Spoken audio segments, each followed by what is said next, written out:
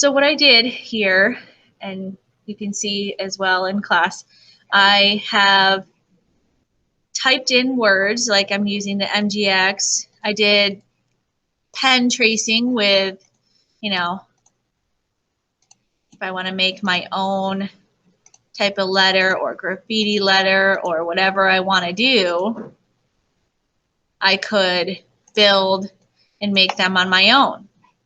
So those are all options. The other option could be there's two other things I want to show you today. So the other one is to take words or images that you have created and put a picture in them. So if you have a picture that you want to use from online, file, place it in. I'm just going to grab, I have a wooden background, so like it's just a texture. And I'm going to place it in here. You can see I placed it on this layer, but there's other layers that are up top, so I'm just going to hide that real quick. I'm using them on the same layer. And this picture here, I want to use my image trace. Oh.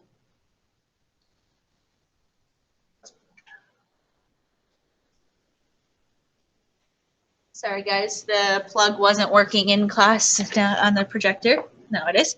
So with this picture here, I want to image trace it so it's not just a raster anymore. It's not just a picture from online. It's going to be turning into a vector, which is all of the colors, and everything's going to be digitalized. So I go to image trace, but instead of image trace, which if you see, it just does it black and white. I'm going to Control Z to go back. I go next to the little arrow and I can do a high fidelity photo, low fidelity, 6 color, whatever, however I want.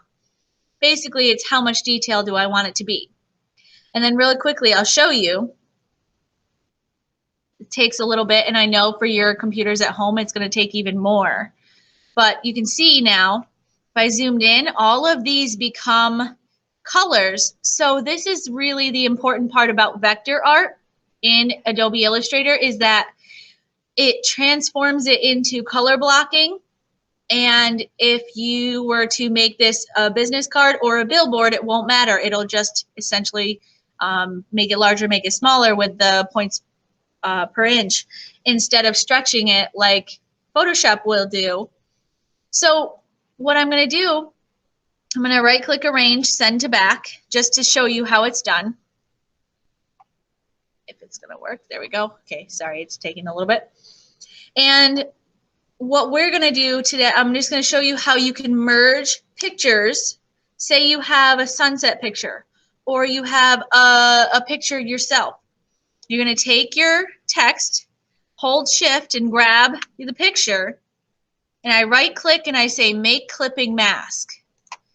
And it literally puts it in so that you can merge your words and your picture to become, you know, an image. So this is no longer text. You can change it here and there, but you have to be careful. The picture is linked with it.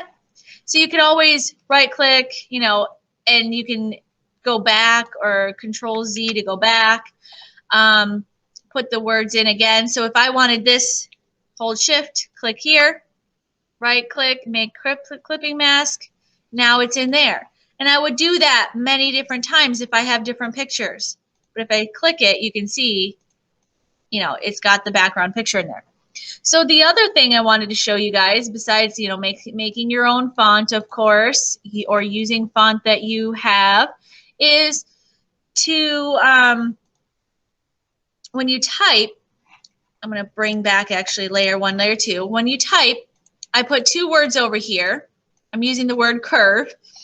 And you would just click curve, double click, bring it larger. And when you want to form a word into a shape, so say I want to do an arch. And you can do this in any way you want. I use the pen tool to build it. But say I want to put a word into here. This is where I can take this shape and I can merge this word into here, but I have to do something that I'm going to link a file for you guys to see how it's done, or I'll even put it in the comments section. You have to highlight your words, right click, arrange, send to back. Because if these are behind and this is on top, now we can do a cool thing where I hold this, I'm going to hold shift and grab the one that I want. So right now they're both together. So I'm clicking this, I'm holding shift, and I'm grabbing this guy. And I'm going to go up to object,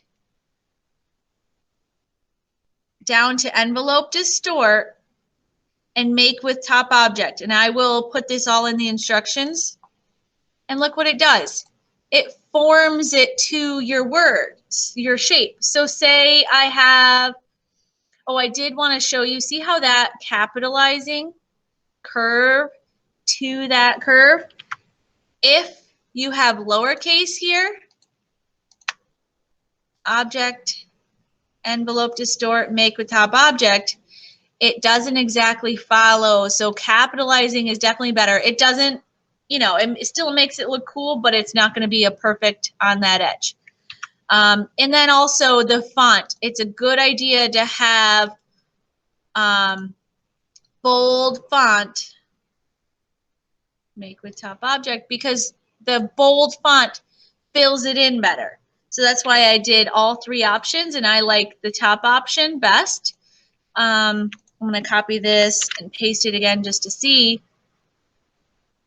Hold shift, select both, object, envelope distort, make with top object. Now, I have to still arrange, send this to back. If yours doesn't work, do that. Make sure you don't send both to back, because the idea is your shape, whatever shape might be, is your shape is going to be on top, and then this word, arrange, send to back. So that way when you merge them together, I'm going to hold shift, click both of them. You'll see because it grabs both. Object, envelope distort, make with top object. And then you have your word in the shape. So you can use shapes as well, or you can make your own shape. Also a fun tool, the flare tool. I don't usually use it very often, but if you need, like, you want some fun highlights or something, you can have fun and play around with it. But clearly it's a lot. But so I'm going to delete those. So thinking about how you're going to be creating your words, are you going to do a clipping mask? Are you going to do your own font? Are you going to use font that already exists? Because there's so many to choose from. You know, you can find fonts. You can even download fonts. Ask me how to do that. The biggest thing is that when you're downloading a font, like dafont.com, if you're downloading and installing it, it's on that specific computer. So you would have to re-download that in order to use it every single day on the same computer, which is a pain in the butt. But it's worth it if you really love a font, like a graffiti font or something. Okay, so today, try to figure out what pictures am I going to use, what images am I going to use. You can also place in a picture for your, actually let me just, let me place this guy in. I'm going to place in a picture. Say I really wanted a house or something and I didn't want to have to do it myself. Image trace. And then what I can do now is I can delete the stuff in the background and just use this. Educational purposes, you can change it up to 30%. If I'm going to put words around it or trace the shape or something, now that it's a picture, I can expand my picture and I can go in and I can delete my background. So see all those outlines? That shows it's on my red layer. These outlines, I can click, delete, click, delete. If it deletes your whole picture, you need to triple click so that it kind of keep triple clicking, because if it's all selected, make sure you keep clicking until only just what you want to delete is selected. And then you can even go in and delete in sections. Okay, so you could use pictures from the web. You can also even just trace over pictures from the web. And see how this up here is like isolated? It shows in a group. It's because I have it clicked and then I double click to get rid of it, and now it becomes a whole shape again. Okay, so lots of different options, but if you guys are trying to do something specific that perhaps you don't know what to do or how to do, please let me know and we'll figure out what's best for your logo.